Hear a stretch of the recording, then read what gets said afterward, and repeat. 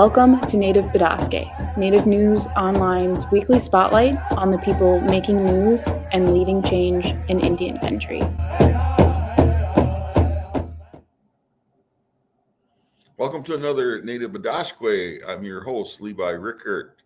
And last week, we were notified that the Defense Department had taken down, erased some 10 pages of information about the Navajo Code Talkers. And with us today is a good friend, former President Jonathan Nez.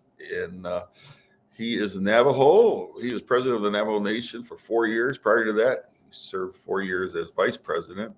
So he knows Navajo. And so we wanted to get him on. And welcome back to Native Bidaské, Mr. President. And let's hear about the Code Talkers. I mean, were you kind of like shocked when you first heard about how they took them down? Well, thanks, Levi. Thank you for having me on the Native Bidaské once again. Excuse me. And we we know that there has been much contributions from Indigenous people in this country, including our Navajo Code Talkers.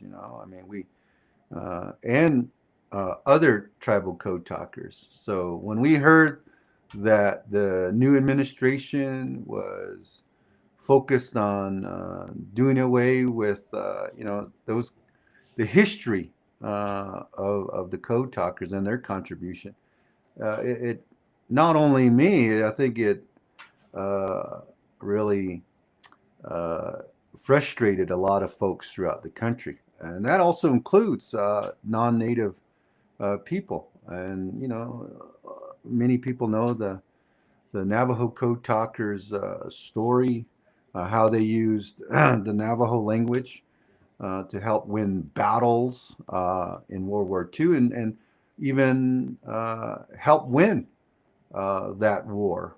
And so to see an administration try to erase the Code Talker contribution was upsetting. But I think we already knew that was coming, even as far back as this movement of or the critical race theory, of taking certain things out of history, out of textbooks. And now we see it unfold in this country. And so that is very concerning. But we recognize that the tribes here in this country are contributors to our democracy. Of course, as you know, Levi, the founding fathers of this country was watching and saw how tribes in this country governed themselves, and then embedded some of those concepts into our government as we know of as today. The Iroquois Confederacy, those concepts, and now how we're embedded in the United States Constitution as tribal nations. And we have that clear distinction with that treaty relationship, that nation to nation relationship. And it's not DEI for sure. Well, and that's just it.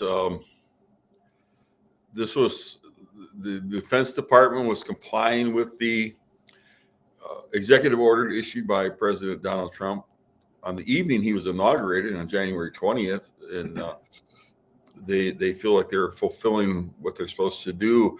What do you? And you mentioned the critical race theory and this DEI is, and I like to tell people what the words mean, because not everybody knows all those acronyms. But diversity, equity, and inclusion. And what do you really think is behind the erasure of that? Is it white supremacists, or are they behind it, or what would you attribute that to? Of course, it's fear, and fear in so many people's minds about, other groups in this country that help make this country diverse in the way it is. And now you see an attack on communities of color, and also focusing on immigration. But we also need to be reminded, and this is where there's an opportunity for tribes and tribal leaders to stand up, as I always say, to warrior up and push back on these types of divisive messages, and give us an opportunity. It also gives us an opportunity to share those contributions with the rest of this country. We were the first peoples here, and when we talk about immigration, we welcome people to this country, and that's what these lands are known for. Being welcoming to all people. And that's why this country is such a great nation today, because of its diversity. And I think, people want to make it so inclusive that, they feel like this is a country that is non-indigenous, or doesn't have the strength in its diversity, and it's only for one group of individuals. And we've seen that in other countries, even during World War I, World War II, of how leaders are trying to erase history for their own benefit and for their own power. And today you see, we just saw a tour by Senator Bernie Sanders and AOC throughout this country about the rich being in control. And we are starting to see that movement of oligarchy, rich folks trying to take control, and also take control of the messaging here in this country. And it's very dangerous. And that's why you see the rise of everyday people across this country protesting, pushing back on these divisive messages. And we can't just roll over and just allow this administration and their friends to push back or get rid of some of these I would say this how this country has been built upon in unity. And I hope we continue to push back and make our message, make our voices heard, not just with DC, but also our local leaders, because I think our local leaders and our some of our leaders are just are not taking a stand. Maybe there's a fear, and then I ran for Congress, Levi, and I know the force of campaign contributions. And just look at what my opponent, Eli Crane, just recently got a campaign contribution from Elon Musk for introducing a bill to get rid of judges that rule against the president. And we need also a reform in the campaign systems that we know today. No, I agree. And I like what you said about diversity. This nation, the richness really comes from the diversity. And I think about how a black man, his name escapes me right now, really, he invented air conditioning. I mean, think about that. People who've been underrepresented, made to feel less than, their mental capacities. But here's a guy who's black, invented air conditioning, modern air conditioning. And I tell you right now, with this climate change, and you're close to Phoenix. It's hot out there. A couple, 2 years ago, there's like, I don't know how many days in a row above 115. I tell you one thing, the people in Phoenix would not want to be living without air conditioning, would not have wanted to live without that contribution of a black man. And so, and we as Native Americans, I think about those Navajo Code Talkers. Now, when I go out to college campuses and elsewhere, and I'm talking, and I'll mention Code Talkers.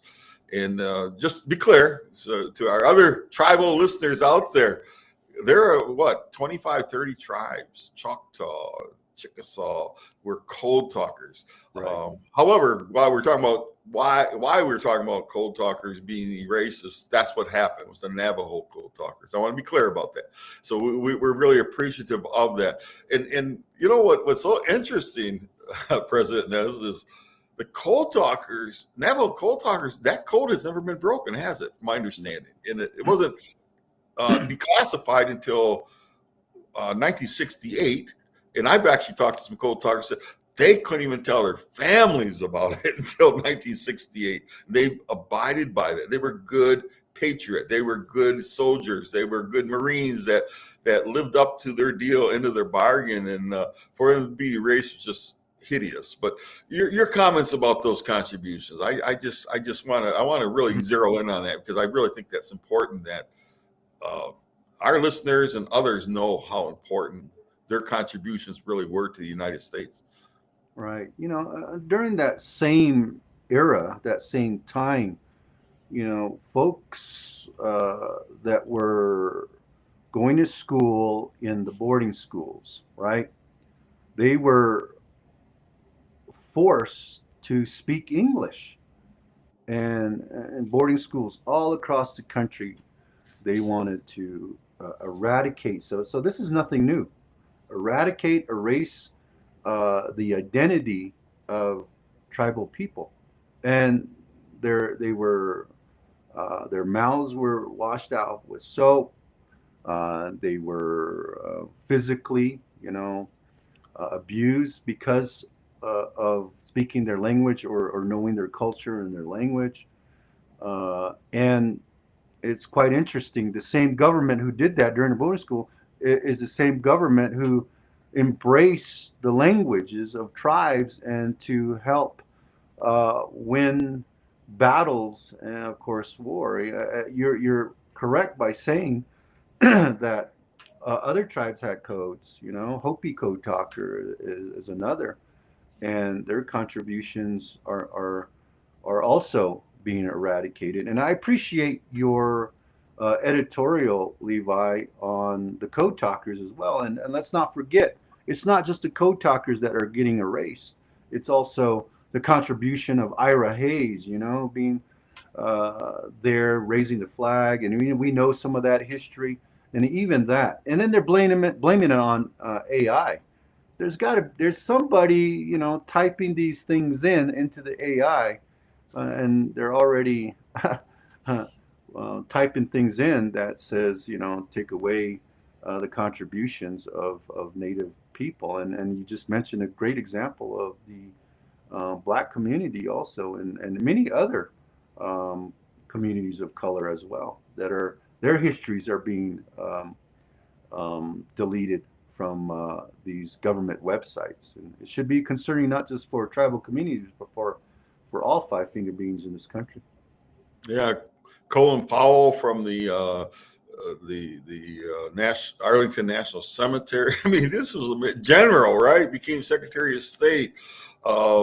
Jackie Robinson, the first known African American to enter into the baseball. His rich history of Jackie Robinson, his contributions, and it's just, to me, it's silly. And as my editorial did point out, what threat could we be? What threat can Code Talkers possibly be?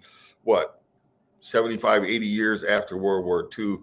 What threat is it to know about and to really celebrate? And I that's one thing I do like about America, is we can celebrate each other's cultures. And man, I mean, here in Grand Rapids, through the years, we've had different ethnic groups, nationalities have their, like a Greek festival or a Polish festival in downtown Grand Rapids. And, I like going down and getting their food, because I like variety. And boy, we'd be pretty boring if all we had was, I don't know if you can say it this way, just Caucasian food. But I guess Polish food is Caucasian. But I don't want to get too far off topic. What's happening in the country right now, and I know that you ran for Congress. You were one of the most successful fundraisers ever who's Native American. I raised over $5 million. And I have to tell you, I take my hat off to you. I came out, spent all day with you and your wife. We went to 4 different locations on Navajo. And that was a treat for me last year. So thank you for that. And but I'll just watch you in operation. I would love to see you get to Congress. Now, we just lost a champion in Congress. Tell us about Raul. How do you say his last name? Guevara? Grijalva was Grijalva. Yes.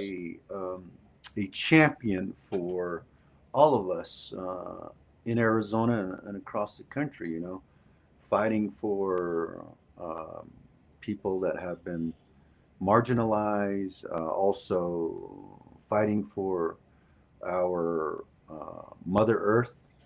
And, you know, during my time in office, I was honored and privileged to work with him in many things, you know. And just recently, the designation of the Grand Canyon, you know, and to protect those areas for not just tribes, but for the future of Americans, to stop the exploitation of natural resources in those areas, protect our water, and just to have a beautiful place for future generations to come. And, you know, our thoughts and prayers go out to uh, Representative Grijalva, or I always used to call him chairman because he was the chairman of the Natural Resource Committee in the U.S. House of Representatives. And our thoughts and prayers go out to the community and everyone.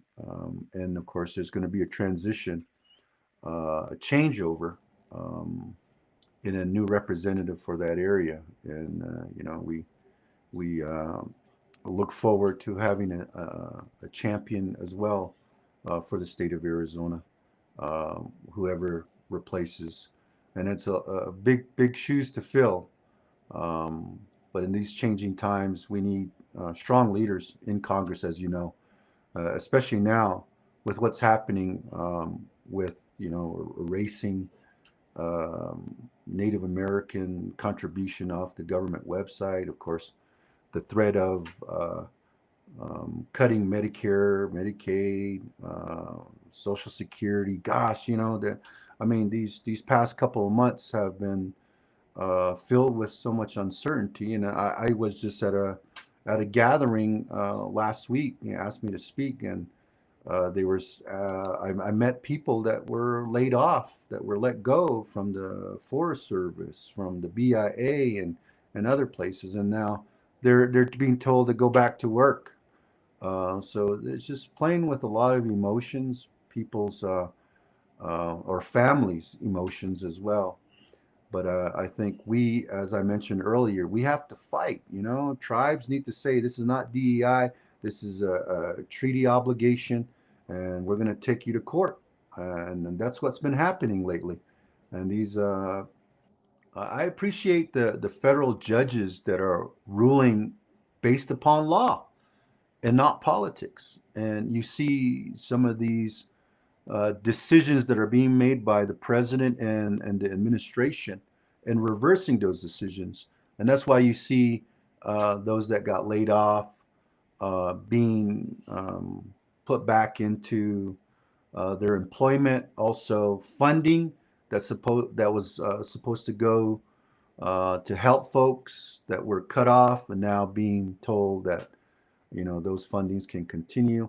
And we also need to recognize that the powers are divided equally between the 3 branches. And this is where Congress has been advocating for all of us. And some leaders out there are complacent, you know, and they're just allowing this administration to do whatever they want.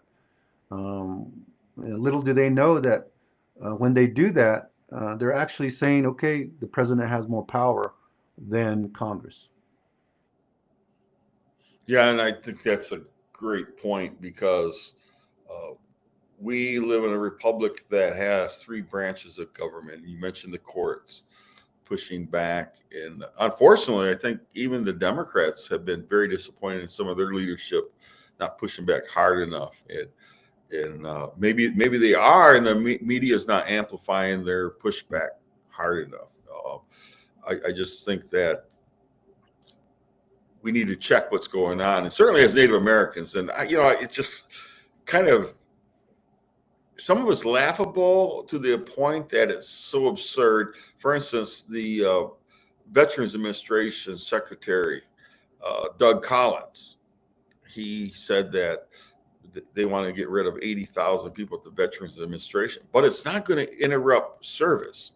And when I say it's laughable, it's hard to believe that, hard for me to comprehend how getting rid of 80,000 people across the United States will not impact service, which the VA has struggled through the years with their reputation anyway. And they were really making some pretty good strides. The last VA secretary came to a couple conferences I attended. One was the National Congress of American Indians in Washington a year or so ago. And he said, I was shocked. He said, we know we have failed you in the past, but will you give us a chance? We have really, really tried to improve our services. And very seldom do you ever hear any secretary of any department say, we know we failed you in the past. And I thought that was pretty good admission, and it's true.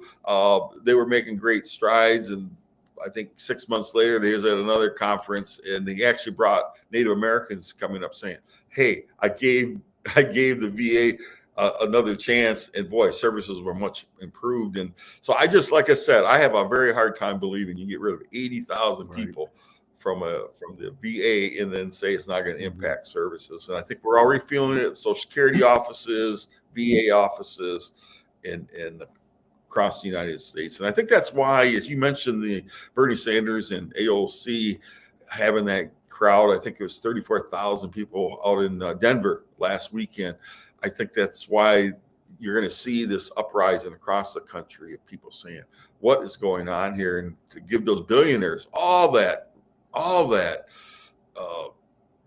freedom just to go in and gut government. And, I was talking to an attorney from one of the agencies, and she told me that she got hired. It took that agency like 6 months to onboard her. It's not just easy. It's not, you can get rid of people in mass, but boy, these people in the federal government who have been doing good service for us, they have mortgages to pay. And if you got let go, you're not somebody who's studious. They're not sitting there, I guess let's see if the government's going to call me back. Let's see how this court case. No, they have to pay their mortgage. They can keep their lights on, feed their family. They may go elsewhere, and we may lose a lot of good people. So don't let me get off my rant, but I just think that people do need to fight back and what's going on and talk to their congressmen, and and I really do appreciate your point. The president is not doing this alone. We got to hold those members of Congress.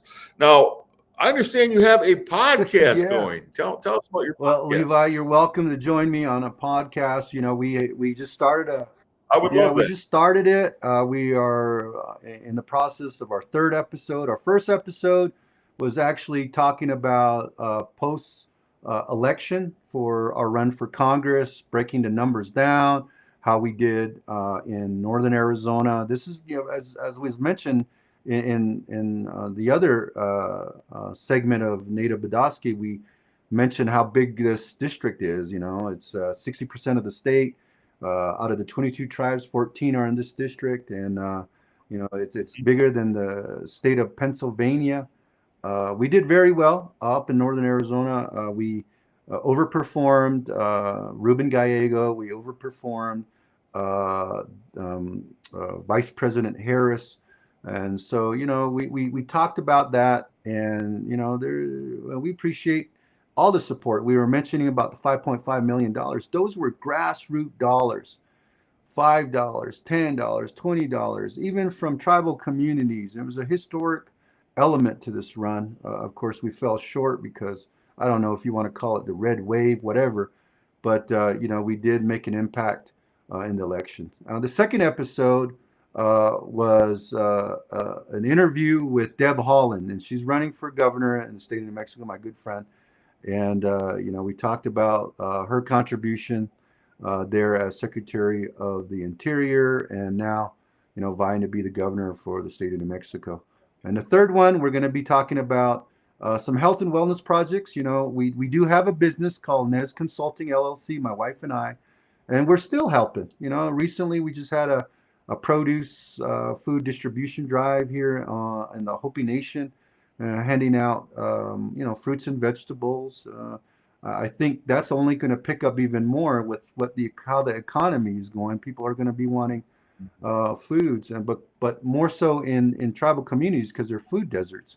We were up there in Minnesota for the Confederate Salish Kootenai tribes. We're going to bring some of that there. We're going to be in Minnesota in a couple of weeks for those tribes as well. And just we talked about the U.S. dietary guidelines, how the tribal voice was heard, and so we're just staying active as well. And of course, with our work here in the state of Arizona, we'll see what our next step is in politics. But we're still continuing to help wherever we can, instead of just kind of slowly vanishing off the political angle. But there's a lot of opportunities for us to support other communities, not just here in Arizona, but all across the country.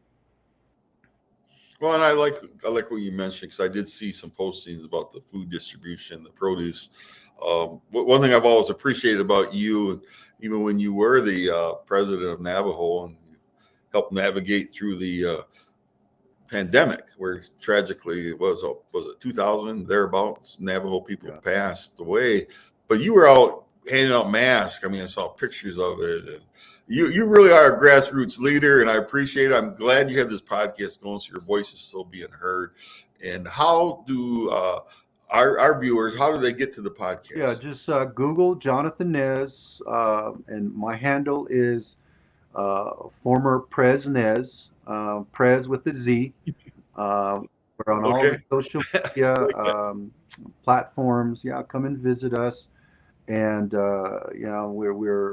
we have a lot of information out there. We're still, as I mentioned earlier, sometimes our leaders are hesitant to say stuff, but now that I'm in the private sector, I let it all out. I've been pushing back, especially on this Navajo Code Talker issue, saying that, hey, we need to educate everybody. And we were mentioning earlier. That's true. We need to have the contributions of the Navajo tribal code talkers in our schools.